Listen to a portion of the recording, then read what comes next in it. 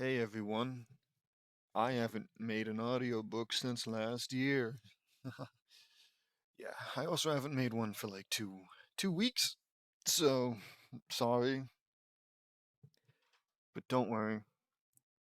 I'm sure they'll only get shorter from here on out, and I'll make like a 10 chapter audiobook right now, starting right now. Here we go. No promises. I already take it back. I already take it back. I mean, this one's pretty short looking, I think.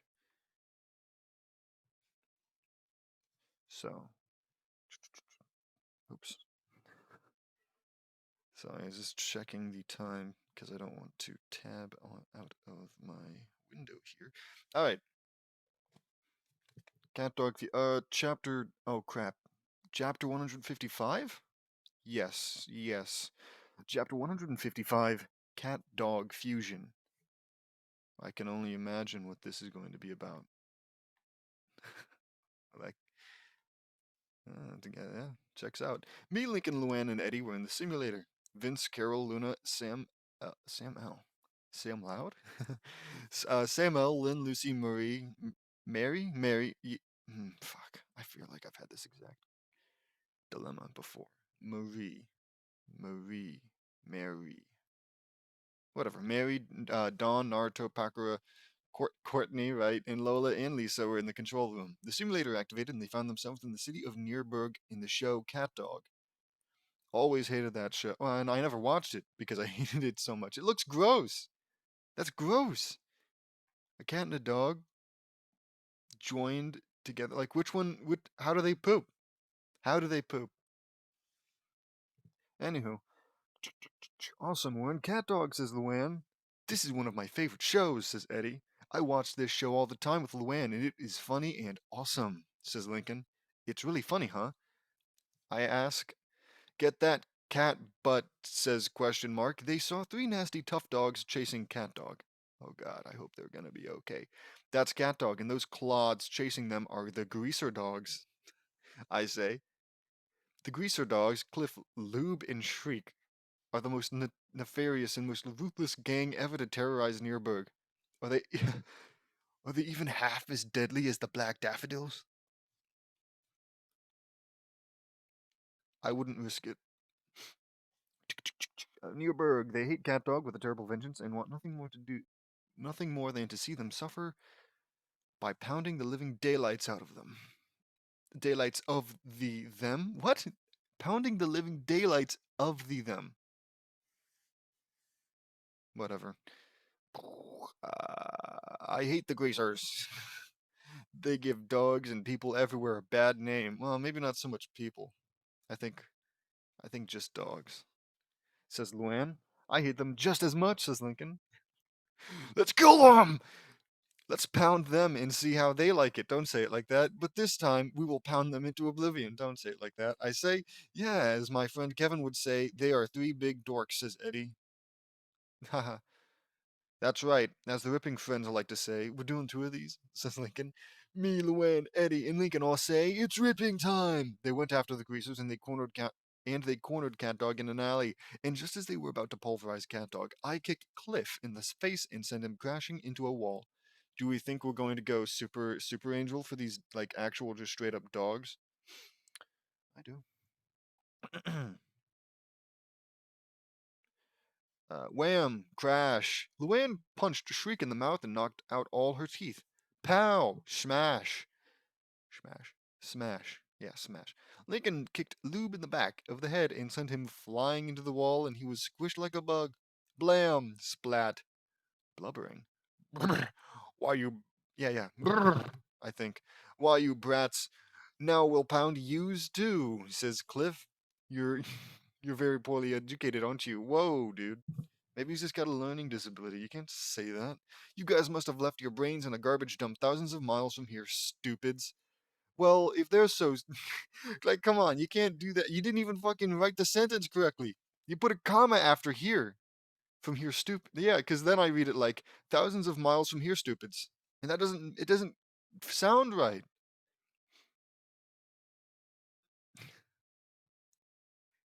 At least it's not even that hard.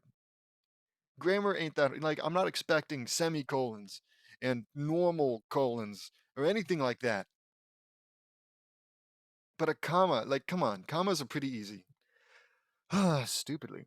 Hey, my brain is right here, says Lube, pointing to his head.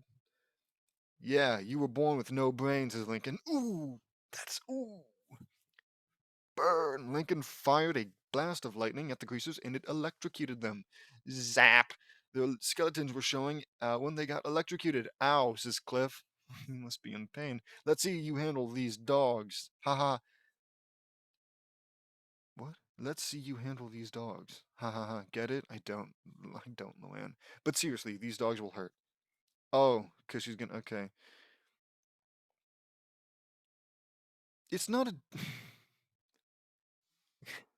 Shocker, everyone. That's not a pun. If you said, I don't know, if you like held up your hands, right? I think sometimes people refer to their fists as dogs or something. No, actually, they refer to their feet, because people say, my dogs are barking. So I don't know. If you started kicking them, it'd be like, oh, I get it a little bit. Whatever. Luann formed some wolves made of pure light, and they mauled the greasers to shreds. The light wolves vanished. I entangled the greasers in vines and pulverized them by slamming them into the walls of the buildings with tremendous force. Pow wham! Pow blam wham smash crash. Cliff Lube and Shriek were groaning in extreme pain and agony. That ought to teach you, greaser losers, I say. Yeah, you dorks give people everywhere a bad name. God, like, is that like his big gotcha? You gotcha moment? Is that like, does he think people hear that and they're like, oh man, I gotta change my whole life. I'm giving everyone a bad name? Fuck, that's so many people. Um, and now I've lost my face. Ah, you three are true pieces of trash, says Eddie. Wow, that was amazing. You all just pounded the greaser dogs like they were nothing. Can we like just say beat or attacked or hurt? We don't like maybe less pounding, please.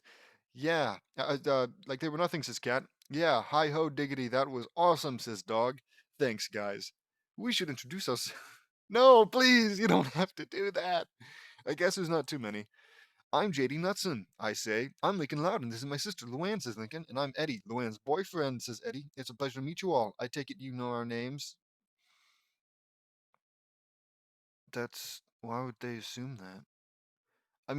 I guess if I saw cat dog, I'd call it a cat dog because it's a cat and a dog. But, they're clearly two. That's what I'd call the entity of cat dog. But, like, if I'm addressing the cat, I'd assume it has a name. Cats have names. There's not a cat in the world that's just named Cat. Well, I guess strays maybe. Anywho, that's right, Cat. You and Dog are funny, I say. Ha ha ha ha ha. Why, thank you, JD, but you guys are amazing. How did you guys do all that with the light and the lightning and the plants? Asks Cat. We have all kinds of unique powers. I was given my powers because of cosmic radiation. I say radiation from outer space. That's incredible, says the cat. I was given light powers by Solis, the goddess of the sun in Celtic myth, says Luann. And I was given lightning powers by Hinon, the spirit of lightning in Iroquois, Iroquois, Iroquois, myth, says Lincoln. I got my Batwing powers because of the Batwing Magisword. That's extraordinarily underwhelming, Eddie. Says Eddie. That's amazing, guys, says Dog. What's going on here? Asks question mark. They saw a green rabbit dressed in a blue suit. Rancid rabbit, I say. Yeah, what's it to ya? Asks Rancid. Oh my god. Payback time. You're nothing more than a thief, a con artist, a con artist. Or is that actually no, actually yeah, that is probably how you spell con artist. I just never think I've read it before. Um and a dirty double crosser. You conned everyone out of their money, made their lives miserable, and destroyed and ruined so many lives, says me. I have not, says Rancid. Yes, you have, says Lincoln. Name one time, says Rancid. You charge Cat Dog $34,000 for an all you can eat buffet. What a major ripoff, I say. I mean, technically, you could have just stayed until you made your money's worth. You ate your money's worth, but that'd take a while. You put them in jail for doing a cannonball while you were being a stupid lifeguard, says Lincoln. You denied them service at Mr. Tarko's by banning them, says Luann. This guy is awful. This guy should be killed by these guys. You became a false cop and prohibited Farberg Burger Bones and prohibited Farberg Burger Bones like in the 18th Amendment of the Constitution that was repealed. And your point is? Asks Rancid. The point is, Rancid, you're a greedy, heartless sociopath. Look in the mirror, dude. That doesn't care about anyone other than himself and only loves money more than anything else, and you don't care who to step on to get what you want, I say. No one talks to me like that, says Rancid. Excuse me. Rancid Rabbit, you're under arrest. We heard everything he said, and you're looking at some very hard time, says question mark. Notice. Okay, notice. It wasn't like, oh, Rancid admitted to it or anything. I don't think he did. He said, your point is.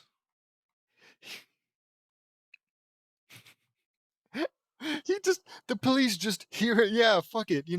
JD could walk up to Rancid and make something up. Like, oh, you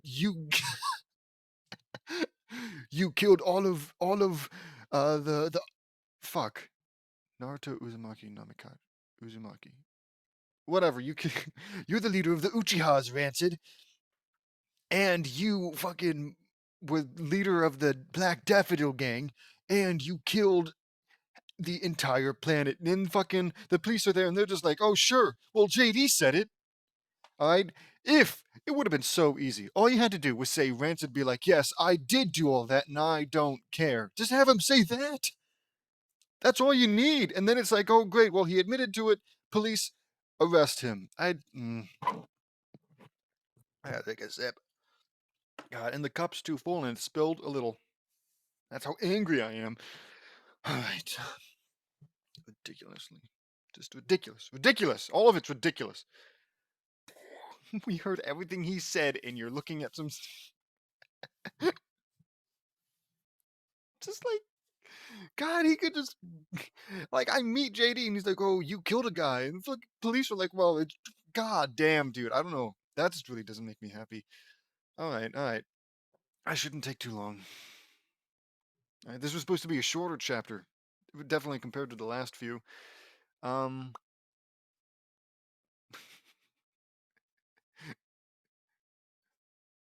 Yes, we heard him make those claims. Let's just. All right. Rancid was taken away, and the greasers were placed under arrest as well.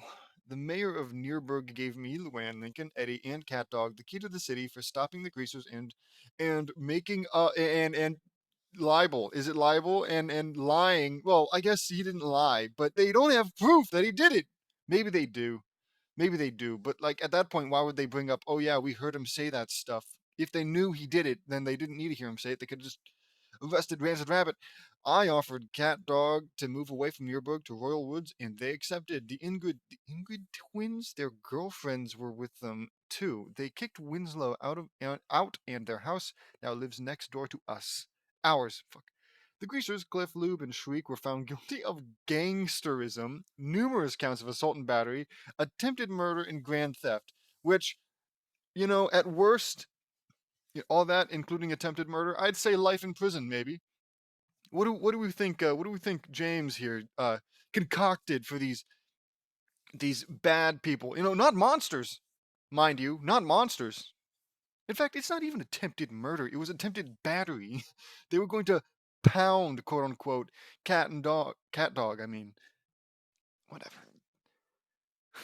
They were all sentenced to 17 life sentences with no parole and an additional 700,344 years. Like, why, though? No, like, I don't get it. Why does James do this? It's so unnecessary. Oh, 17 life sentences? Which, mind you, is less than the additional 700,000 years that he added on the end. Why didn't he just fucking start with this? Oh, they were also ordered to pay 750,000, I mean, million, if it was only thousand, $750 million in restitution to Cat Dog. Rancid Rabbit was found guilty of corruption, grand theft. fraud, false imprisonment, kidnapping, wire fraud, racketeering, money laundering, embezzlement, obstruction of justice, and false arrest, which are all quite bad, but I still think that's not life sentence worthy. But James says he was sentenced to 8 life sentences without parole, typical, plus 50,245 years, and was ordered to pay 500 million, wait, billion actually. Yeah, that one's billion, okay, to Cat Dog and the Nuts and Loud Anderson family, which, why, like, it's not like you're gonna ever see that money. Cat Dog was now made filthy rich, and they can now start a whole new life without the Greasers and Rancid plaguing their lives. They expanded their house and made it bigger than ever. It was the beginning of a brand new life. How beautiful. The simulation ended. Did it? So wait, now it's ending? You didn't say, "Oh, we took him out of the simulation." Okay, so Cat Dog doesn't actually exist, since him moving in and getting all that money was part of the simulation. We all know that's not true. And we took a break for lunch. The end. Another fanfiction complete. Cat Dog was one of my favorite cartoons and also a very famous Nickelodeon cartoon. I watched the whole series and it was awesome. Jim Cummings did a lot of voice acting over the last 35 years, and he is one of my favorite voice actors. The Greasers and Rancid sure got what they deserved. I don't know. I think you were a little too lenient, James. I hated those freaks on Cat Dog, but they will never again plague Cat Dog. Let me know what you all think. Hated it. See you next time. See you all next time. Cat Dog is owned by Peter Hannon. Hanan in Nickelodeon Studios. You know, I gotta say, I missed the over the top, borderline, insane um, sentencing. I feel like we haven't gotten one of those in a long time. You know, I mean, a lot of Naruto stuff just has them get killed, or imprisoned, or tortured, or some shit. We don't get like 100 billion life sentences plus an extra trillion years. No parole. Fuck, man. Because that matters. Because mind you, on good behavior, I don't like maximum you're wiping off is like an extra life sentence. Like fuck off. You're not making parole with that many. Okay. Yeah. Next. Waiter, please another. Chapter 156, The Flames of Insanity. It starts with me, Free, Vince, Carol, Naruto, Sasuke, Fu. Wait, Sasuke? Huh. Okay. Fu, Lincoln and Linka, and Lainey flying over the east coast of Maine in the evening. Mary. No, that's gotta be Mary. I don't know why I've been reading it as Marie. And Lenny were riding on Marianas, the dragon, right? One of the dragons. So why are we flying over Maine? Asks Naruto. I sensed a very strange disturbance in the force coming from a small town in Maine, and I want to go investigate what it was. I say I have a very bad feeling about this, JD. I sense that something is seriously wrong, says Vince. Me too, says Laney, and Vince and Laney's suspicions were confirmed when we arrived. We saw the town of Chamberlain. Maine was completely engulfed in flames, and the destruction was absolutely terrible. Okay, so genius JD over here sensed something in the force, when realistically, something like this would probably be all over the damn news. Something, that I feel JD would more likely discover it on, I guess, if he felt a disturbance. Even still, though, this is the time. There's no way they don't have phones. All right, they would have gotten some kind of notification of actual hell on earth in Maine. Stupid. All of it's stupid. Somebody would have known, is all I'm saying. I mean, hey, we know JD just casually reads the news of other places for some reason. I think, unless I'm misremembering. Anywho, Maine was completely engulfed in flames, and the destruction was absolutely terrible. A high school was totally on fire. Fuck, I didn't realize it was so bad. Burning bodies littered the ground. Buildings were burning, and more. We all gasp in sheer horror. What happened here? Asks Naruto. What in the world caused all this?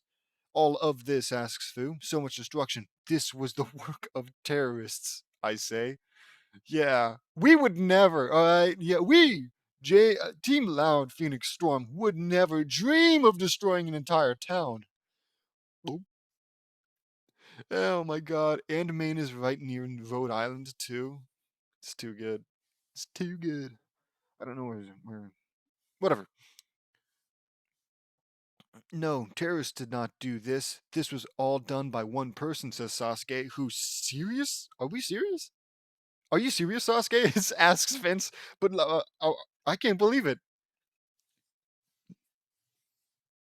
Not only is Sasuke correct, wherein James is wrong, JD is wrong, but Sasuke was correct in a way that actively proved or implied that JD was wrong. That's crazy coming from Sasuke. Expect to see a few Naruto chapters in the future where he's somehow even more angry and brutal with Sasuke. Anywho, are you serious, Sasuke? Asks Vince. Yes. This was all done by one person, driven by hate and revenge. Of course, Sasuke would know this. This is absolutely horrible, guys. Who do you think did all of this? Asks Lincoln. I know what's going on. I've seen all this happen before when I was in prison, says Marie. What is it, Marie? Asks Lenny. This was all done by Carrie White, says Marie. Carrie White? Like from the book by Stephen King and the movies from 1979, 2002, and 2013? The name sounds familiar, but I don't think I recognize it. Asks Laney. That's right, Lanes. Her mother was an insane fanatic. Carrie went through a massive amount of bullying at the hands of Chris Hargensen and her delinquent boyfriend Billy Nolan, says Marie. Oh great. Oh great. So she's a victim, and even though she's probably killed plenty of people and destroyed an entire city or town or whatever, wherever we are again, I forgot. She's gonna be redeemed because her past. Oh, like don't get me wrong, that sucks. Her past is definitely not a desirable one, but we're a little past redemption when you've done all this. Plus, I bet she's hot, so that probably does wins her a few points. That makes me sick, says Naruto. But how did she cause all this destruction? Asks Fu. She has telekinetic powers, says Marie. Mary, I keep going back to Marie. Mary, it's Mary. I've seen the movies, and they were absolutely despicable, and they made me mad. Bullies are known as the scum of the earth. To who? To you, I guess. I don't think bullies are great or anything, but they're whatever. They're most of the time kids, so who cares? And they make me sick just looking at them, I say. I agree. We have to help her, says Vince. We have to help her. She left a couple buildings unburnt. We don't want people to think she does a sloppy job. Oh, kill me. Right, I see someone up ahead. Let's go, I say. We flew towards a burning building and we saw a girl in a prom dress. Oh, yeah. Okay, Carrie, yeah.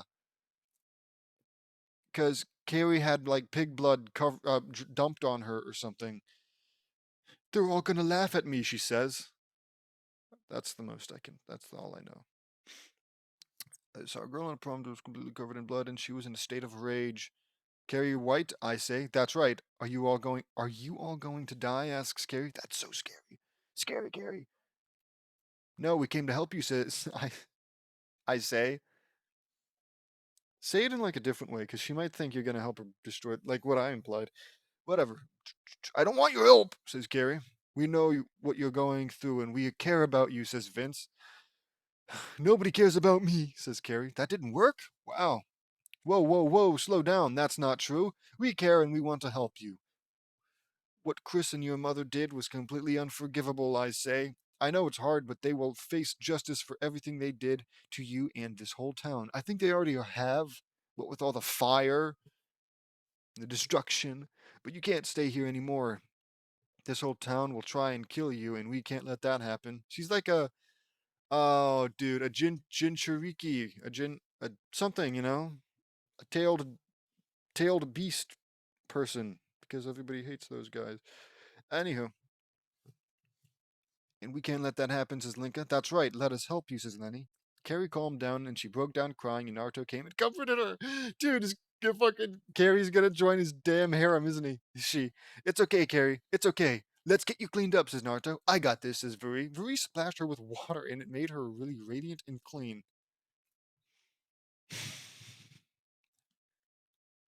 I hate this. I blame all of you listening. You've done this to me.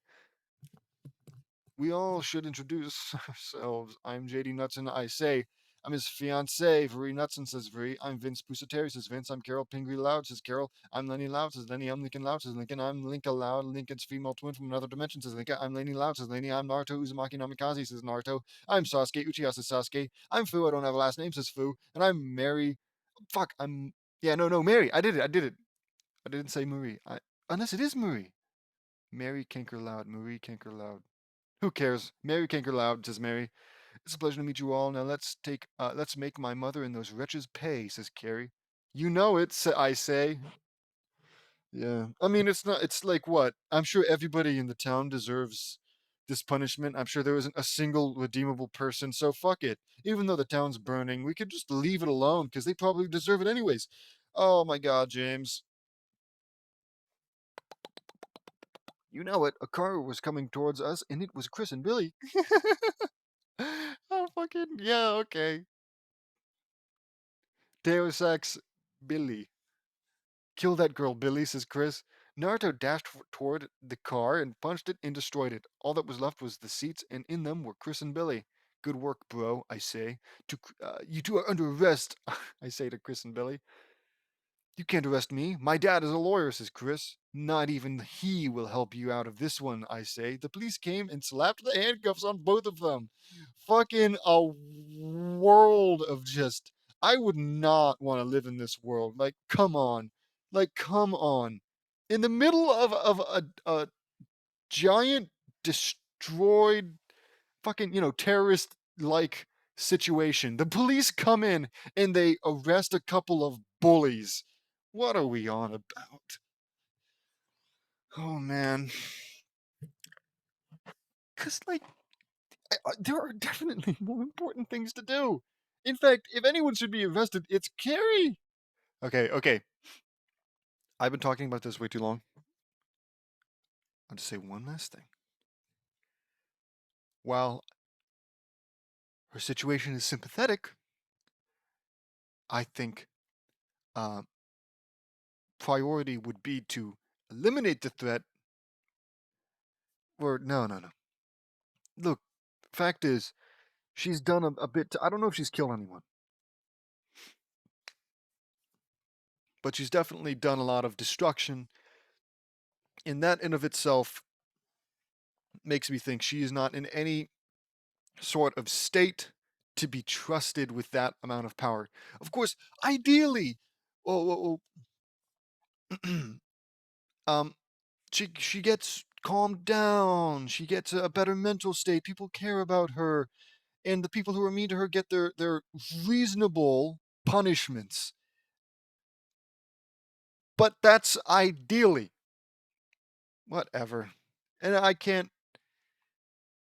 I'm talking to a brick wall in like more ways than one, because obviously no one. I mean, I guess in the comments you can say like, "Oh yeah, I get it," but I'm in a room all by myself talking about this. Nobody can hear me. And if I was telling this to James, do you think he'd understand?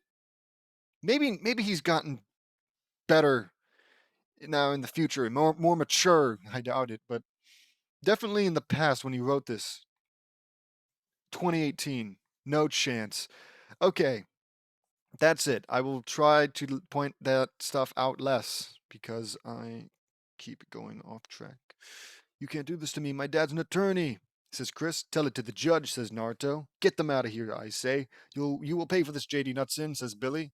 I will kill you for this, Carrie, and I will make sure that you suffer 1,000 times for everything you've done, says Chris. Oh, wait. Wow, I didn't realize Chris was such a bad guy. Maybe he deserves his punishment. Just for that one, you're looking at spending the rest of your life rotting in prison, says Officer. Sure. Later, we went to Carrie's house and we found Margaret White in the living room. Laney wrapped Margaret in a straitjacket and tied it up really good. Says, steady, Margaret. Steady, Margaret, says Laney. Naruto put an anti-telekinetic headband on Margaret's head. Sure. What's going on here? Asks Margaret. Margaret White, you're under arrest for child abuse, assault and battery, capital murder, and arson, I say. Margaret was taken away in a paddy wagon, and she was laughing like a homicidal maniac. Oh, 'cause she's crazy. I wouldn't have gotten that. At last, my ordeal is over, says Carrie. Carrie broke down crying, oh, and let out all her pain and grief. And then she felt better 5 minutes later. After the destruction was fixed, I called a press conference in Washington, D.C. What does he have to say? Holy crap. He's got a lot to say, evidently. Good morning, everyone. I'm sorry to interrupt all your activities, but a major tragedy has befallen the small town of Chamberlain in Maine due to bullying that got completely out of control. Look, man, when a school shooter shoots up a school, I don't think anybody blames the bullies, all right? Because bullies will bully. They're like a constant in life. Bullies will be anywhere and everywhere for as long as we have, well, for as long as time, I guess.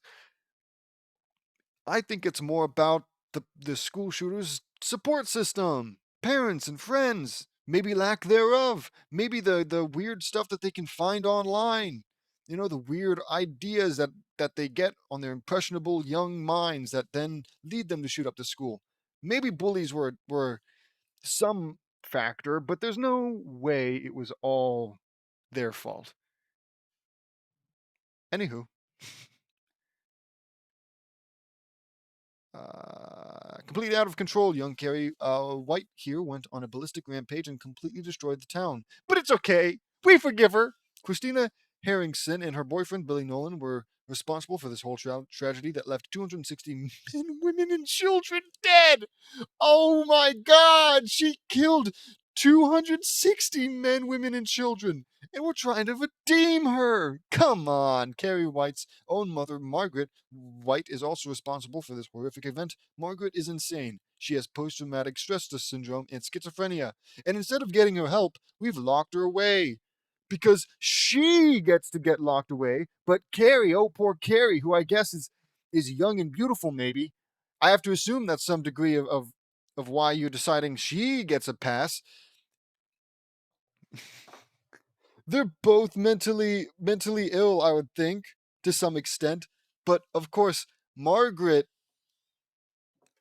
isn't young enough or isn't hot enough for James, is she? So she gets sent away to prison, and Carrie, poor Carrie, gets adopted into the Loud family, where she gets to live a super awesome life, being a good guy for the rest of time. There is a piece of grass right there, and it's been pissing me off for so long. I'm gonna do something about it. There we go. Here we go. Where was I? Where was I? Where was I? Margaret is insane. She has schizophrenia. She also has delusions that cause religious ideation, and it made her into an insane Christian fanatic. All three people were arrested. Margaret White. I'm gonna cough. I'm cool. Margaret White will no doubt be found completely incompetent and stand trial, and will be considered an extreme danger to everyone around her.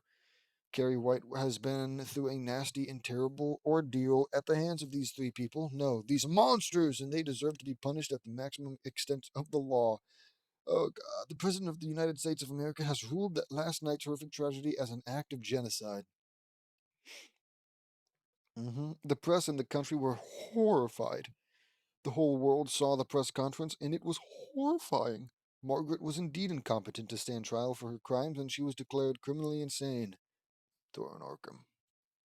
Throw her in Arkham. She could, I think she could be a decent Batman villain. They call her, they call her a female John Hickley Jr. to the 10th power. She was committed to the Los Angeles County Jail in the Twin Towers Maximum Security Mental Hospital for the criminally insane. Chris and Billy were found guilty on numerous counts. Scratch my nose of arson, assault, and battery. They didn't scratch my nose. I was whatever. And domestic terrorism and 260 counts of capital murder. Right. No, that would be manslaughter at best. At worst, I guess.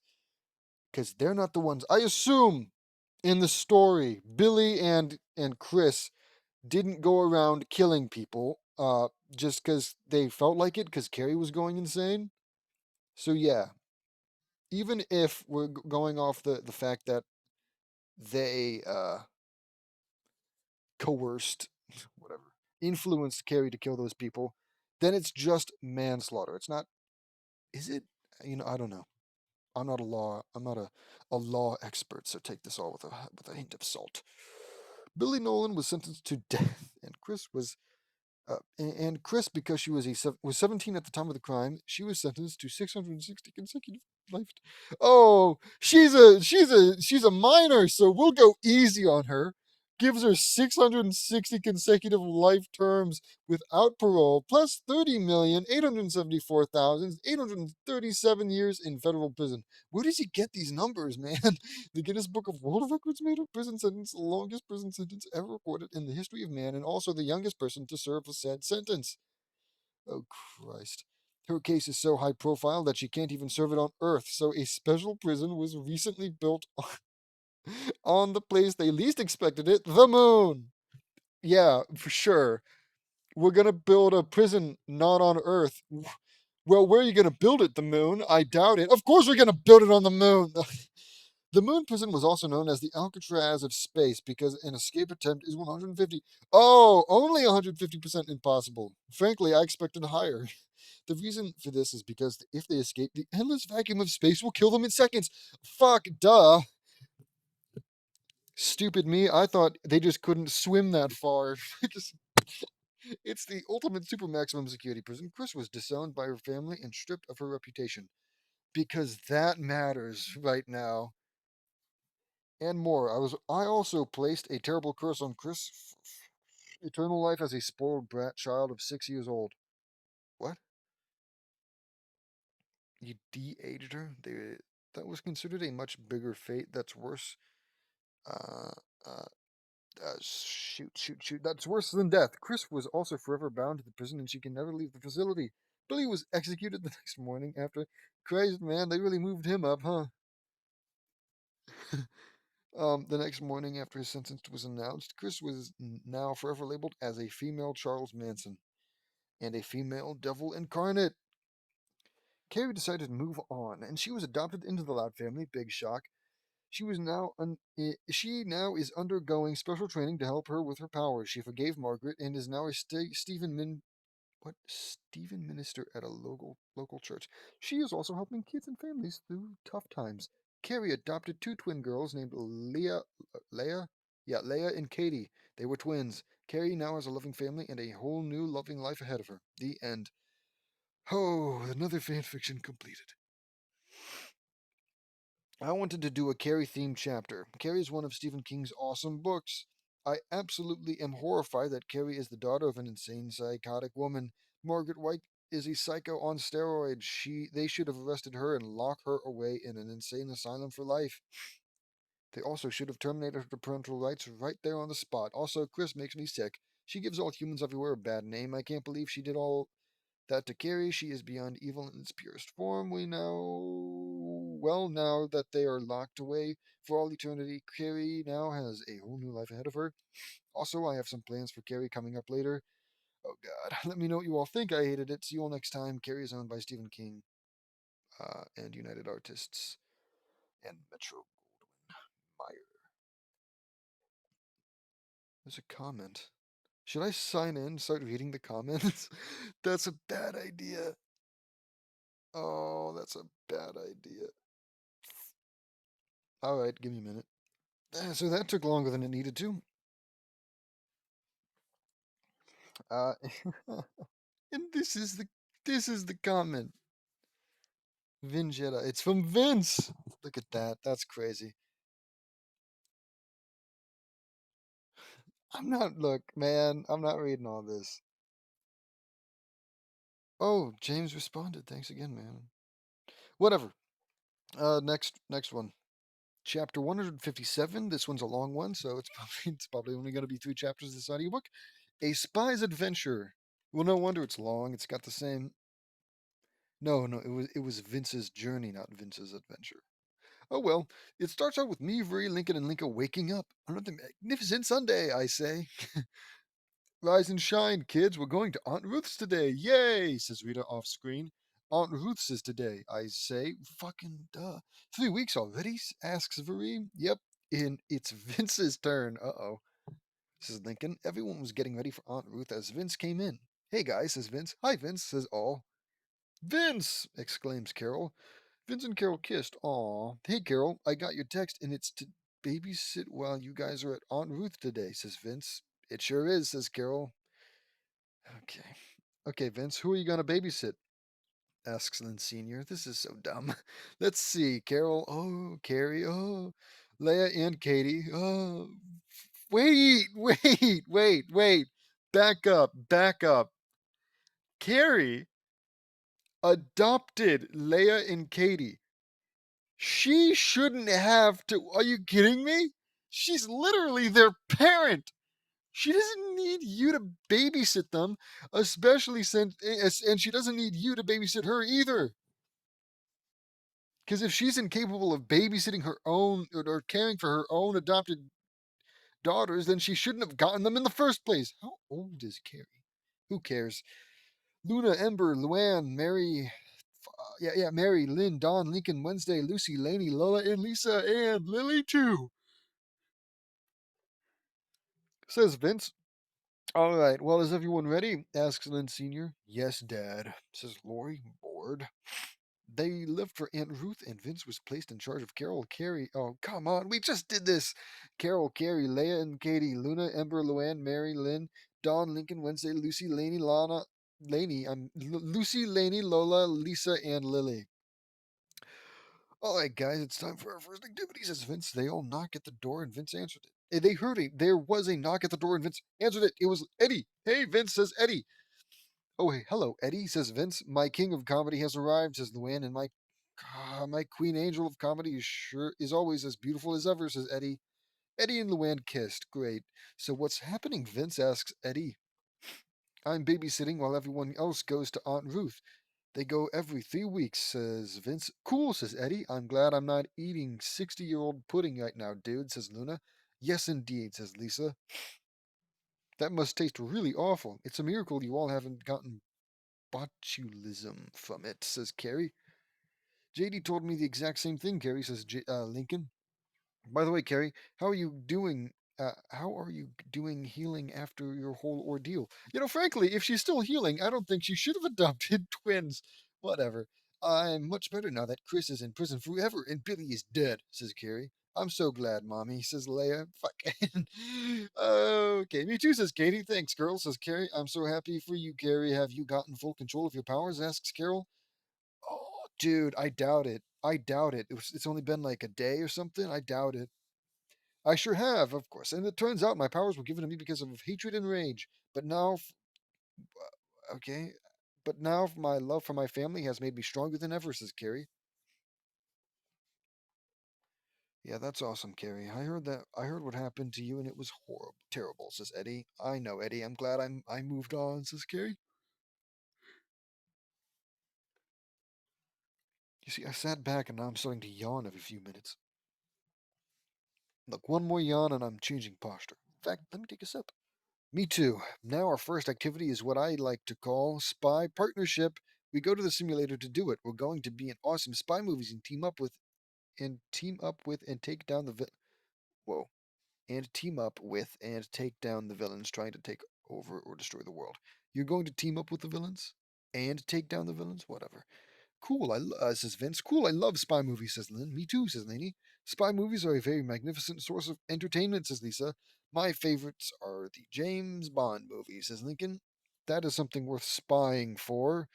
Rimshot, ha ha, I get it. I mean, a little. It's worth dying for, spying for. It's fine. Vince, Carrie, Carol, Ember, and Don laughed, and everyone else sighed. Good one, Luann, says Vince. Ha ha ha ha ha ha ha. Good one, says Eddie. In the simulator, they got ready. Okay, so who wants to go first? Asks Vince. I will, says Lincoln. You can do it, Lincoln, says Lynn.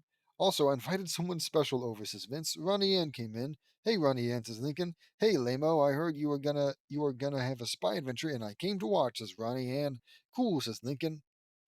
This is gonna be an interesting experience for us. Vampires and spy movies are my favorite things, says Lucy. No, they aren't, Lucy. That doesn't make any sense. That's interesting, Lucy, says Laney. I agree, says Lily. Fucking, I agree. I agree, that is interesting. People don't talk like that. Lincoln went into the simulator and Vince typed in the scenario. Coming online, Lincoln, says Vince. Lincoln found himself in the jungle and he saw a hanging radio transmitter. I'm in the movie Goldeneye, my all-time favorite. James Bond needs my help, says Lincoln. Lincoln slid down the dish and went in through a hatch into a layer, and then an explosion blasted apart, part, blasted apart part of the layer. Kaboom! Lincoln ran all over the layer as it was falling apart, and he was killing all kinds of henchmen, all from Russia. With his lightning powers, Lincoln went into the control room and found the GoldenEye console. It's the GoldenEye console. Now I got to get it out. I hope my technical skills pay off, says Lincoln. Lincoln typed in a code and the disk ejected, and he grabbed it and got the keys and put them in the case they came in, and he put it in his backpack. Whatever. Now to go help James and kill Alec. Alec, says Lincoln. Alec grabbed an AK-47 assault rifle and went after James, and he was making his way to the transmitter. Lincoln took an AK-47 from a downed man. This spell should what? This spell should provide me with a fighting edge, says Lincoln, chanting an incantation. Kestiniro, Mingyuja, Kreta. Lincoln's lightning magic gave the AK-47 an infinite ammo supply, of course, and he put the gun on his back and took the elevator to the transmitter. This is so awesome, says Lincoln. Oh right, I forgot. This is supposed to be enjoyable. The elevator opened up opened up to the top, and he was running on a bridge to the transmitter, and he saw Alec shooting at James. Oh no, you don't, says Lincoln. Lincoln took his gun and fired at Alec. Gunfire. What? Just gunfire? I guess what other quote unquote noise sound effect would you put? How long have I not been in? Okay, weird. And instantly it comes back. Okay, gunfire. Eat red hot lead, Alec, says Lincoln. Boom, boom, boom. Baka, baka, baka, baka. Dude, do the. Never mind. Lincoln got him in the leg and he ran up on him and he climbed onto the transmitter and punched him in the mouth and knocked out a tooth. Lincoln caught up with James. James, says Lincoln. James Bond saw him. British accent. You meant it. No, please. I don't even like doing it when it's Gabriella speaking. Right, so I had a little bit of a water spill, but it's fine now. What was I? British accent. You managed to slow down Alec? Asks James in a perfect British accent. I sure did. I'm Lincoln Loud. I'm from America, and I came here to help you, says Lincoln. It's a pleasure to meet you. It's a pleasure to meet you, Lincoln. You slowed Alec down? Asks James. I sure did. I shot him in the leg, says Lincoln. Impressive. Whatever, says James. Not bad for an 11-year-old kid, huh? With the superpowers. Plus, I got the GoldenEye disc and the keys and killed all of Alec's men, says Lincoln. Good work, says James. Thank you. Let's blow this thing to pieces, says Lincoln. They got into the gear room, and Lincoln took a pipe and jammed it into the metal track and welded it together with his powers. In the destroyed layer, Boris was working on the computer. Yes, I am invincible, says Boris in a Russian accent. He typed in a command and the transmitter was online, but the transmitter jammed and it was going to explode any minute. Alec was slowly catching up to them. The satellite re entered the Earth's atmosphere over the Atlantic Ocean and exploded. Lincoln and James beamed to the ground. And Alec was with them, and what? And Lincoln punched Alec in the stomach and kicked him in the face. James punched Alec in the mouth and the nose, and leg sweeped him and kicked him in the back. Then the transmitter exploded into a huge fireball. Kaboom! No! Screams Alec. You lose, Alec, says Lincoln. Natalia Simonova came, and she had a gun pointed at Alec. It's over, Alec. You and Boris are through, says Natalia. I agree. We have you surrounded. There's nowhere to run, says Lincoln. It's never over. I will destroy England for what it did to my ancestors, says Alec. You can join them in the netherworld, says Lincoln. For England, guys? Asks Alec. What? No, says what? No, says James. For the world, says Lincoln. Oh my god, that must have sounded so fucking cool in James's head. And it was just so absolutely awful reading it aloud just now. They fired at him. Gunfire! They pumped his they pumped his guts full of lead and killed him. They pumped his guts. That takes care of him, says Natalia. No kidding. I forgot to do the Russian accent. You know what? Fuck it. No more Russian accent. I'm glad he's gone for good, says Lincoln. Me too. He was my friend when, and in the end, he became a traitor, says James. I can't believe it. I can't believe that, says Lincoln. I couldn't have done this without you, Lincoln. You and Natalia were great, says James. I'm glad I could help, James, says Lincoln. I agree, says Natalia. They both kissed. I assume I assume it's Natalia and James kissing and not Lincoln and Natalia. What if James and Lincoln kissed? Either way, it's still weird because, 11-year-old boy and all. The exercise was done and Lincoln came out and they all cheered for him. Yeah, Lincoln, you were amazing, says Ronnie Ann. Thanks, Ronnie Ann, says Lincoln. Thanks, babe. Good job, Lincoln. What are you gonna do with the GoldenEye program? Asks Vince. I'm gonna put it in a special vault where it will never be used again, says Lincoln. Good thinking, Link, says Luann. And that was really awesome, Lincoln. You sure showed Alec who's boss, says Eddie. Thanks, Eddie, says Lincoln. That was really cool. How you did him in, says Carrie. I know, Carrie. Alec was gonna plunge the world into a global financial meltdown by stealing all of England's money. Excuse me. Well, uh, God-fearing, freedom-loving American money would still be there, but whatever. Uh, and GoldenEye will erase all the records of the transactions. A pretty ingenious scheme, says Lincoln. It certainly is. Alec's scheme gaining world domination was totally genius. Russia sure has developed a very prominent tool of disorder, says Lisa. You have no idea. Foreshadowing. They sure have, Lisa. And Lincoln, be careful with that AK-47. It's a dangerous weapon, says Vince. Like, before or after he imbued it with magic? I know. I'll have to see if I can get a gun safe for it. What? I'll have to What? I know. I'll have to see if I can get a gun safe. Oh, a gun safe. A gun safe. Okay. Says Lincoln. I don't know. Maybe you can afford it. Who knows though? Good thinking, dude, says Luna. Okay, I think I'll go next, says Carol. Okay, Carol, we're going to do another cool game called History Adventure. We go into the simulator and we join the event from that year. Says Vince. Cool. History is one of my favorite subjects, same as Laurie's, says Carol. I can believe it. I believe it, says Carol. Carol, I can believe it, Carol, says Lincoln. Carol went into the simulator and it activated and she found herself in the Hundred Years' War in 1431. Luckily, the simulator doesn't do time travel. What? Luckily, the simulator doesn't do. What? It does. You're doing it now. What? I guess they travel to a dimension where it's currently. Whatever. Oh, who cares? Who cares? Who cares? Who cares? The Hundred Years' War lasted from 1337 to 1453, and it was an intense war that was for the control over the throne of France. The House of Valois of France. Fuck, my mouth wrong. My mouth is wrong. Uh, the House of France and the House of Plantagenet of England were in a fierce battle that lasted 116 years, and it was brutal.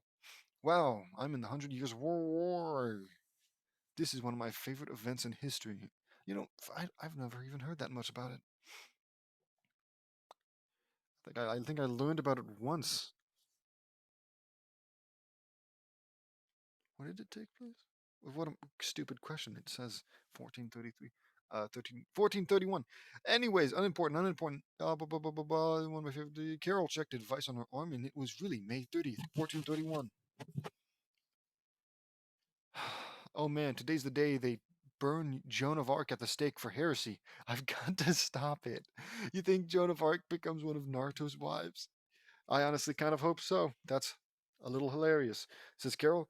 Carol saw the castle Joan was going to be executed at, and she spread her wings and flew to the castle. From above, she saw Joan being tied to the stake, to the stake, and they lit it on fire. And Carol swooped down and cut her free and rescued her. Are you all right, Joan? Asks Carol. Yes, I am. You saved me, says Joan. Carol, they were persecuting you for heresy. That is wrong on so many levels, says Carol. I agree. Thank you, says Joan. How sweet. My name is Carol Pingree Loud. They don't even know what the power of an angel is capable of, says Carol. I agree. Let's show them and put an end to this horrific war, says Joan. Carol and Joan. Oh, right. That's what it's talking about. They say it doesn't do time travel because, Carol doing any of this stuff would severely influence the timeline. So. Carol and Joan landed in Carol fired a heat ray. Where was I? Horrific war. Yes. Okay. Says Joan. Carol and Joan landed and Carol fired a heat ray at the soldiers coming for them and vaporized them completely and destroyed much of the castle in a fiery explosion. Your power is amazing, Carol, says Joan. I was given my powers from an amazing source. It's hard to explain, Joan. I'm actually from an alternate time almost 600 years into the future. It's complicated, says Carol. I can believe it. Believe it, but I owe you my life, Carol, says Joan. A life is never owed when saved out of friendship and love, says Carol to this person she just fucking met. For all we know, Joan was a horrible person. Like Gandhi, I think. Yeah, I think.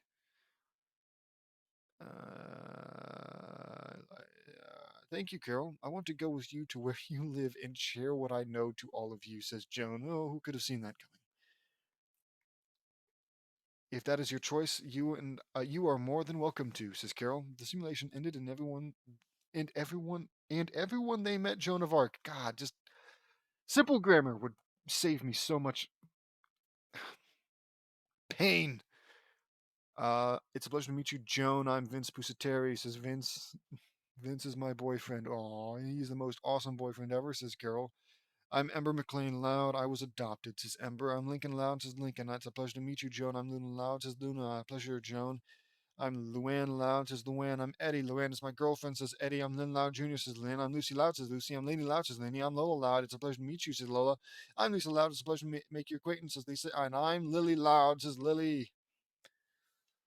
Luna, Luann, Lynn, Lucy, Laney, Lola, Lisa, and Lily are my sisters, says Lincoln. You have a big family, Lincoln, says Joan. Yeah, says Lincoln. I'm Ronnie Ann Santiago. Lincoln's girlfriend, says Ronnie Ann. I'm Wednesday Adams Loud. I've been adopted after my family was killed in an explosion, says Wednesday. That's terrible. I'm so sorry, says Joan. It's okay. Thank you for your concern, says Wednesday. I'm Carrie White Loud. I've been adopted too. These are my little girls, Leah and Katie, says Carrie. It's a pleasure. It's a pleasure, Joan, says Leah. Same here, says Katie. The pleasure's the. I'm dying. The pleasure is all mine, says Joan. I'm Mary Canker Loud. I was adopted too, says Mary. I'm Don. I come from another dimension. Yeah, right, Pokemon. Says Don. That's interesting. I have so much to learn about the year I'm in now, says Joan. You're in the year 2017, 586 years into the future, says Vince. Wow, I have a lot to learn, but I have a feeling I'm going to like it here, says Joan. I'm glad, Joan, says Carol. Whose turn is it next, says Vince, as they go about their day. I'll go, says Lucy. Lucy went into the simulator and it activated, and she found herself in Salem, Massachusetts. I'm in the Salem Witch Trials in 1692. The Salem Witch Trials was one of the darkest events in American history back in the 17th century. People believed that the devil was walking the earth, and the people of Salem persecuted numerous people and killed them for witchcraft. Most of them were innocent people. Most? Wait, are you implying that some of them were witches? Some of them were witches? It was a time of total fear and persecution. This is an absolutely horrific event. As if Lucy would be all over this. She'd be like, "I love this event. People dying. Oh, I love it. I'm Lucy Loud." That's exactly what she'd say. I may be a goth girl and I love things that are dark and gloomy, but I would never stoop this low, says Lucy. Lucy walked around the town and she saw a woman in the dunking chair. It was a tool used back then. Mind you, as soon as they see Lucy, they'd like instantly think she's a witch and kill her, but not that they could with her super duper stupid powers. Confess, witch, you are working for Satan, says the crier. No, I swear, I am not, says question mark.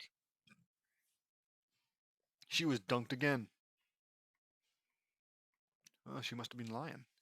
Lucy saw the woman and she saw that she looked an awful lot like Lori.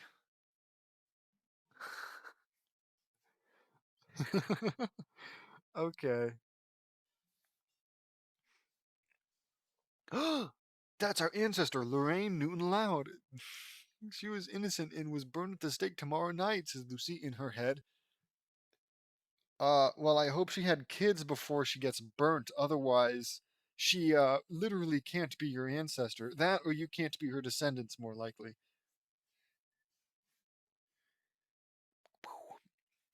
Talk, witch, says the crier. Yells the crier.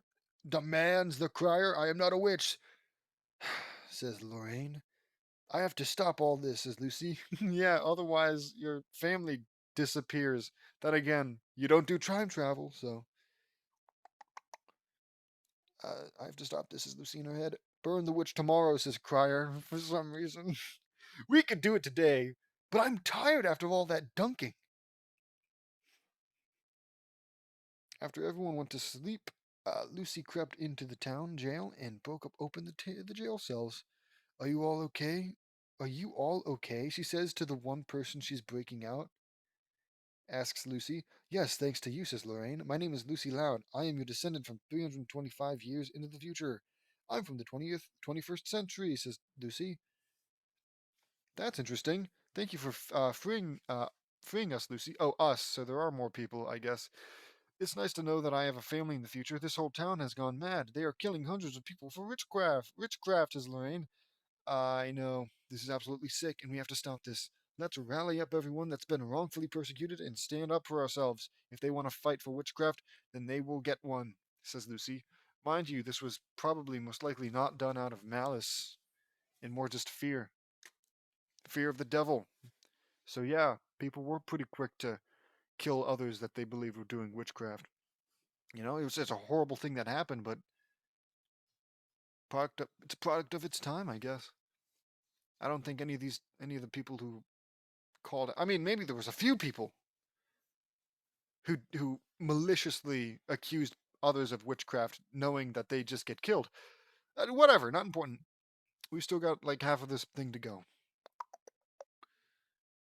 And if they want to fight with witchcraft, then they will get one, says Lucy. Lucy gathered everyone together, and they all became an unruly mob, armed with torches, guns, swords, axes, and books.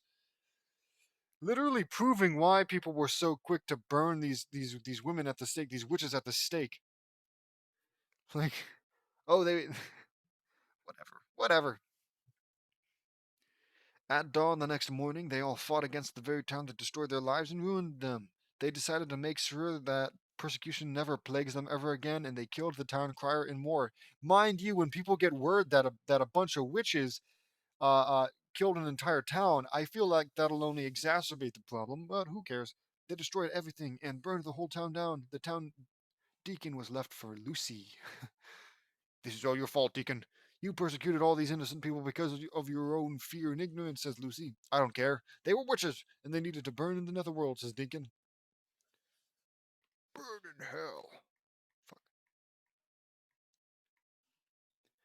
You don't know what the power of a witch can do, says Lucy. Lucy fired a bolt of black lightning at the Deacon. Let fear consume you completely, says Lucy. So cool. This is so awesome. The Deacon saw witches everywhere, and he ran into his house like a frightened chicken. The Salem witch trials were over, and the people of Salem built the whole town anew, and never again were witches and persecution going to plague the town. Sure. The simulation ended, and Lucy came back, and they were proud of her. You were awesome, Lucy, says Vince. Thanks, Vince, says Lucy. It's my turn, says Laney. I know just the event for you, Laney, says Vince. Laney went into the simulator, and it activated.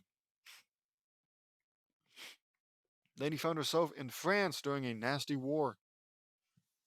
Wow. I'm I'm in the French Revolution, says Laney. The French Revolution was a terrible war that lasted from May 5th, 1789 to November 9th, 1799. And the outcome of it was the fall of the French monarchy and the rise of Emperor Napoleon Bonaparte. There's nothing we can do. Laney unsheathed her scythe, looked at her device on her arm. The date was October 16th, 1793, and it was the day Marie Antoinette was going to be executed. I got to help Marie Antoinette, says Laney. Yeah, I guess. I don't know anything about Marie Antoinette. Maybe she was a awful person, or maybe she was executed for being French and rich.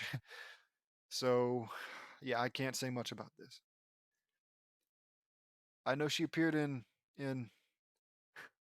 what? What is it? The Sherman and Peabody, or Peabody and Sherman, whatever that movie. She appeared in that, where she ate cake and died, or something. I got to help Leni Rush to the Placa di Concorde, and there she saw Marie Antoinette about to be beheaded by a guillotine. Guillotine. I don't know why I said guillotine. I don't think so, says Laney. Laney rushed in as the blade as at what? Laney rushed in as the blade as at the maximum height, and when it was coming down, Laney grabbed Marie and formed an illusion that made it look like the blade killed her. The blade was at the maximum height, is probably what he was trying to say. That was a close one. Thank you, says Marie. Yeah, this is Marie. This is definitely Marie. It's not Mary, it's Marie. You're welcome, Marie. I'm Laney Loud. I came here from 224 years into the future, says Laney. That's a long time from now, says Marie, believing her. I am forever in your debt, Laney. Think nothing of it. Your death at the hands of these cretins is unacceptable, says Laney. I agree. The rebels killed my husband, Louis the 16th. In the French monarchy is gone forever. I never wanted to abuse the rebels like that. Oh, well, there we have it. I understand, Marie, but it's not safe here for you. It's not safe here for you anymore, says Laney. Yeah, I want to go with you and learn more about the future, says Marie. That's your choice, says Laney. The simulation ended and Marie Antoinette was introduced to everyone. Welcome to the future, Marie, says Vince. Thank you, Vince. What year is it? Asks Marie, who also apparently knows Vince's name already. It's 2017, says Lincoln. I have a lot to learn then, says Marie. Lola went next. Lola was in the simulator and it activated, and she found herself in the castle of Count Dracula in the 19th century in Transylvania. Okay, so we're not we're not doing we're not doing history anymore, are we? Why not do this one for Lucy? Whatever. Whoa, I'm in the castle of Dracula. Lucy's gonna hate me for what I'm about to do to get for what I'm about to do, but I get to destroy Count Dracula, says Lola. Lola walked through the castle and she found a woman sitting next to the window. Are you all right? Asks Lola. Yeah, I am. I'm being held prisoner here by Dracula, says question mark. So then you're not all right. I came to rescue you. My name is Lola Loud, says Lola. It's a pleasure to meet you, Lola. I'm Catherine Vale. I'm a vampire and I don't like being with Dracula, says Catherine. Question marks technically still. That's horrible, Catherine.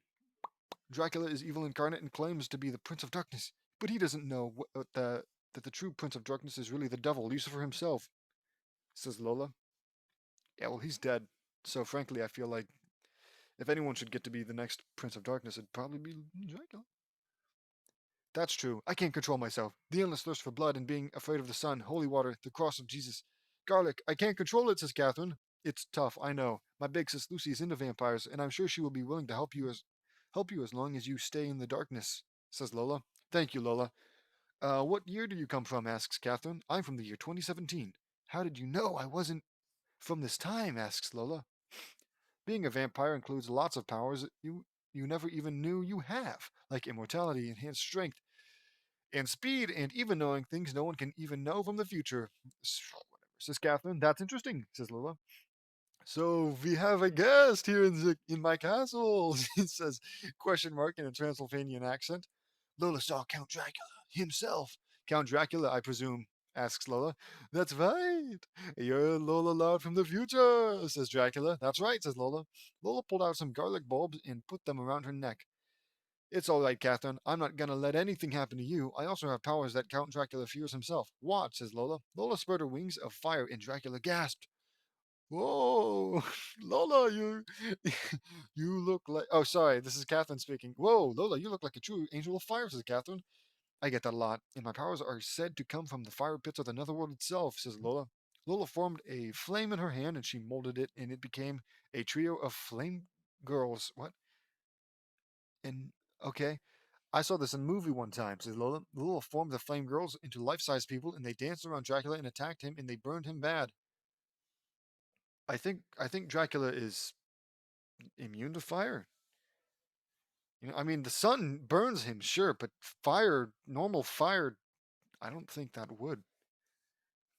Um,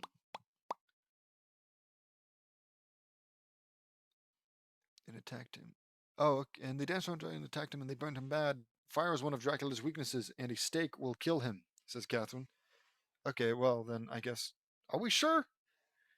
Because frankly, fire being a weakness is true for a lot of things. Most normal people, Frankenstein. Everyone knows Frankenstein. Like generally, I'd say anything that isn't like a water spirit or something like that is probably immune to fire. Not weak, I mean, to fire. Also, the whole stake through the heart doesn't make sense because that would kill anyone, right? I guess if you stabbed him everywhere but the heart, he'd still be alive. Meanwhile, you could only do that a few times to a person before they die. Anywho, I've read about that, says Lola. I'll just say it one more time. Fire is one of Dracula's weaknesses, and a stake will kill him, says Catherine. I've read about that, says Lola. Lola pulled out a silver stake. Why is it silver? Silver is for werewolves. And went at him and stabbed him through the heart, killing him in seconds, and he exploded into dust, says. That was wicked, says Lola. It sure was, says Catherine. My damn ear. The sun started rising, and surprisingly, when the sun's light hit her, it didn't burn her. Because, yeah, of course that would happen, even though she has enhanced speed. Catherine, you're free and you're human again, I think, says Lola. Don't get. No, she still have her powers. Catherine looked at herself in the mirror and she saw that she still had her fangs and she had a reflection again. Yes, I'm free, but I still have my fangs, says Catherine. It must be a permanent thing for your teeth if you get turned into a vampire, says Lola. Maybe, and I still have all my knowledge of everything I'm not allowed to know, says Catherine.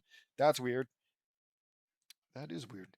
But we will never have to worry about Dracula again, says Lola. No, we won't, says Catherine. Catherine decided to go with Lola, and she was happy to be at home on Earth in the 21st century. Catherine was introduced to everyone. Lucy, I'm sorry I killed Dracula. I understand if you'll hate me for it, says Lola. It's okay, Lola. Dracula is my least favorite vampire, casually. But I'm glad that you destroyed him, says Lucy. Thanks, Lucy, says Lola. Our next activity is songs. Oh no, in Luna's room. No, says Fitz. Look, I've been reading too long. I'm not sure I have it in me to sing. Okay. Sweet dude, says Luna. In Luna's room, they got their instruments ready. First, we're going to sing one of my favorite songs, Within Temptation's Jillian, says Vince. That sounds like a cool song, says Lucy. It is. It's a goth song, says Vince. The song began and the room turned into a dark, nightmarish castle. Lucy sang the song, and they saw that she has a voice that sounds perfectly like the lead singer of Within Temptation, Sharon Den Adele. Bats and creatures of evil danced around the castle as the song went on, and it was a ferocious scene. When the song ended, oh, thank God! Mercy! Please don't make me sing! When the song ended and the room reverted back, and they applauded for Lucy. Great job, Lucy, says Vince. I'm clapping. That was great, Lucy. I didn't know that you can sing so good, says Eddie. Thanks, Eddie. It's a hidden talent, says Lucy. You sound like the Sharon Den Adele from Within Temptation, and that was awesome, says Lincoln. I never noticed that until now, to tell you the truth, says Lucy. You have a great voice too, Lucy, says Luann. Yeah, it was rockin', brah, says Luna. I agree, says Lola. Same here, says Wednesday. How come you never sang before, Lucy, asks Laney. I just don't like to sing, Laney. Because I was afraid you would all think I'm weird, says Lucy. No way, Lucy, you were amazing, says Carrie. You were awesome, says Leia. Thanks, guys, says Lucy. You're welcome, Lucy, says Joan. I will have a good song for you all. It's called It's Terror Time Again by Sky Cycle, says Vince. Oh, I heard that song on the movie Scooby Doo on Zombie Island, and that was awesome, says Lincoln. Get ready to rock, says Vince. Vince had an electric guitar and he began playing, and the room turned into a dark forest. You hear the screeching of an owl. You hear the wind begin to howl. You know there's zombies on the prowl, and it's terror time again. They got you running through the night. It's terror time again. I assume this is how I'm supposed to sing it. And you just might die of fright. It's a terrifying time. You hear the beating of your heart. You know the screaming's gonna start. Here comes the really scary part, because all the trees begin to moan, and the monsters grunt and groan, rotting faces full of slime. Don't you know it's terror time? This kind of feels right, actually. Especially since it's a Scooby Doo song, at least played in a Scooby Doo movie. And it's terror time again. They got you running through the night. It's terror time again, and you just might die of fright. It's a terrifying time. I don't like how it ends with that. During the song, zombie versions of all of the bad guys we killed over the course of the last 3 months emerged and started dancing wildly with the beat. Lightning and thunder crashed and echoed loudly as they danced. The song wrapped up, and they all applauded, and the room reverted back to normal. Reverted back. That was rocking, dude, says Luna. Vince, I didn't know you could sing very well, says Carol. You know, throw me a curveball and give me a character that can't sing. A main character, because obviously, if like a bad guy tries to sing, they'll make fun of how terrible he is. Um, I have some awesome talents, says Vince. Vince's watch beeped, and it was time for lunch. Okay, guys, what do you all want for lunch? Asks Vince. We had pizza the first time with JD, and we had spaghetti with Marie, says Lily. How about burgers, says Lainey. Everyone agreed. You do realize these are like 3 weeks apart. You can have spaghetti again. You can have pizza again. Everyone agreed. Good choice. I have a job at a restaurant as an I have a job as at a restaurant as an awesome fry cook, and I have a friend that taught me how to be a great fry cook like he is. SpongeBob? I don't know, man. That's it. That's the only thing I could think of. Because, yeah, SpongeBob is called a fry cook. Note, I'm not sure if Vin Jedi 1995 works at a restaurant or not. Frankly, I don't know why you would even write this in, because he clearly lives in a mansion. Or does he? No, he doesn't live with them, does he? I don't remember. Who cares? Vince brought out a grill like the one SpongeBob. Okay, well, hit the nail on the head. SpongeBob uses at the Krusty Krab, and he put some delicious homemade burger meat. Okay, define homemade burger meat. Did you go and are there cows? Did you have cows somewhere? You slaughtered them and made them yourself, or did you like chop off your arm and turn it into burger? Who cares? Uh, on the grill with his own secret ingredients, he grilled them to perfection and served them in a huge pyramid made entirely out of burgers. Dig in, everyone, says Vince. They all took a bite and they were in heaven.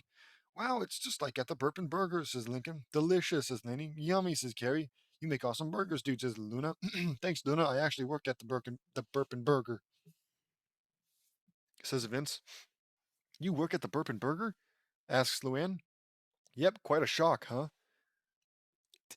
Yeah, I mean, it's a little bit shocking, I guess, if I didn't know you worked at Burpin' Burger.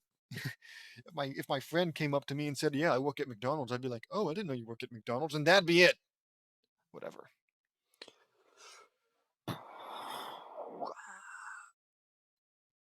I completely lost my spot. Quite a shock, huh? Says Vince. I'll say, says Lola, maybe you can give us a discount, says Lucy. I'll have to work something out for you guys, says Vince. The whole pyramid was gone and they were all belching. Oh, God. Boy, those burgers are always delicious, says Vince. Affirmative, Vince. They were quite satisfying. Boy, I haven't had burgers that awesome in a while. Excuse me. It's not a belch, but that's as good as I can do. Uh, delicious, says Lola. Ah, you're a great chef, Vince. Says, burp, fuck, excuse me, says Gary. Ah, okay, one more. I agree, Vince. You are absolutely the most awesome boyfriend ever, says Carol. Oh, thank you, says Vince, blushing. They kiss. These burgers are really a flipping experience, Rimshot. Ha ha ha ha, get it? Says the Wan. Yeah, yeah. I mean, it's a good, it works. Vince, Carol, Joan, Marie, Mary. Is it because we've got Mary Canker and Marie Antoinette? You gotta have to probably Mary. Catherine, Eddie, and Lincoln laughed. Good one, Luann, says Vince. Ha ha ha ha! I forgot to laugh. Ha ha! That was funny. Excuse me, says Eddie. It's really starting to upset my stomach. Luann is really funny, says Joan. Oh yeah, she knows how to make people laugh. Let's make burgers for everyone when they get back, says Vince. That's a great idea, dude. Oh god, they're all gonna burp, aren't they? I agree.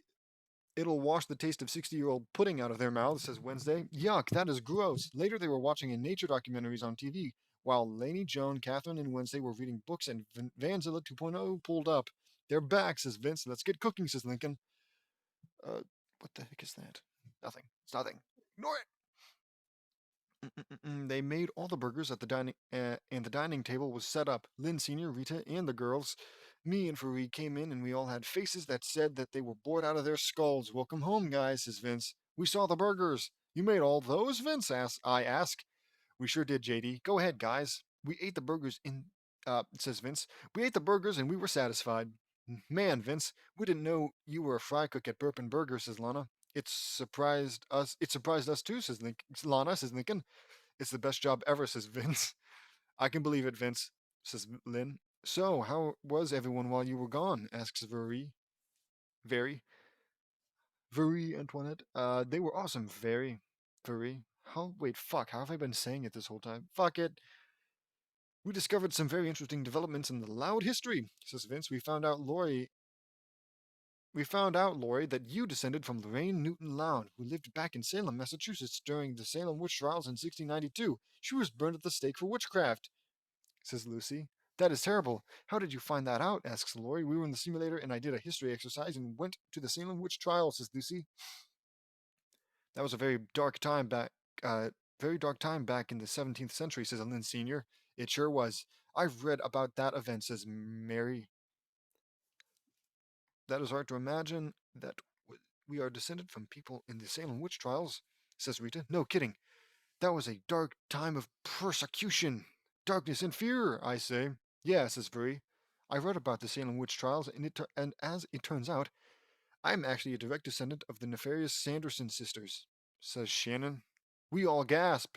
Who the fuck are those? The witches in the movie Hocus Pocus, says Lincoln. Yeah, that's how I know dark magic. I'm a witch and I use dark magic for good, says Shannon. Well, that's a relief, says Lori. That's very cool. That's really cool, though, says Penny. Yeah, whose turn is it next? Asks Lincoln. My sister Jamie. Jame? Jamie. Jame. It's going to be Jamie. I'm going to say Jamie. My sister Jamie, I say. Interesting. We're going to see JD's sister in like however many chapters. Awesome, says Lynn. Can't wait to have fun with her, says Shannon. Great job, partner, I say. Thanks, partner. It was really fun babysitting for the Loud, says Vince. We're glad you had fun, Vince, says Rita. The end. Another fanfiction complete. This one was quite a challenge. I had to look up on the internet about the events in history that I presented. GoldenEye is one of my favorite James Bond movies, and it was intense. My sister Jamie is going to babysit next time, so I'm gonna have to figure out what to do and show her the ropes. Okay. But anyone, but anyway, this was a fun one for me. Lots of interesting developments and more. Let me know what you all think. Hated it. See you all next time. Movies and songs belong to their respected owners. Why do you say that?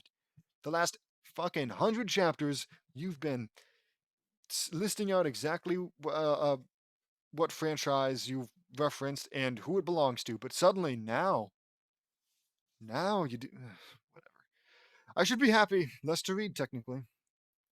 Holy crap, dude. I could make a whole audiobook about Vin Jedi's comments. This is nuts.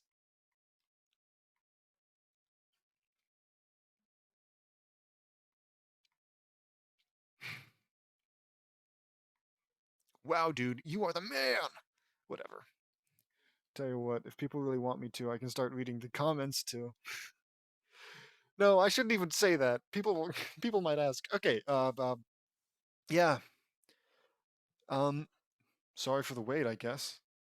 Uh, see you next time. Probably going to be sooner, I imagine. No more 2 week long breaks until something comes up, and then I have a 2 week long break. But my point being, expect the next one sooner than this one. So yeah, we're done. Or like and subscribe. Now we're done. Goodbye.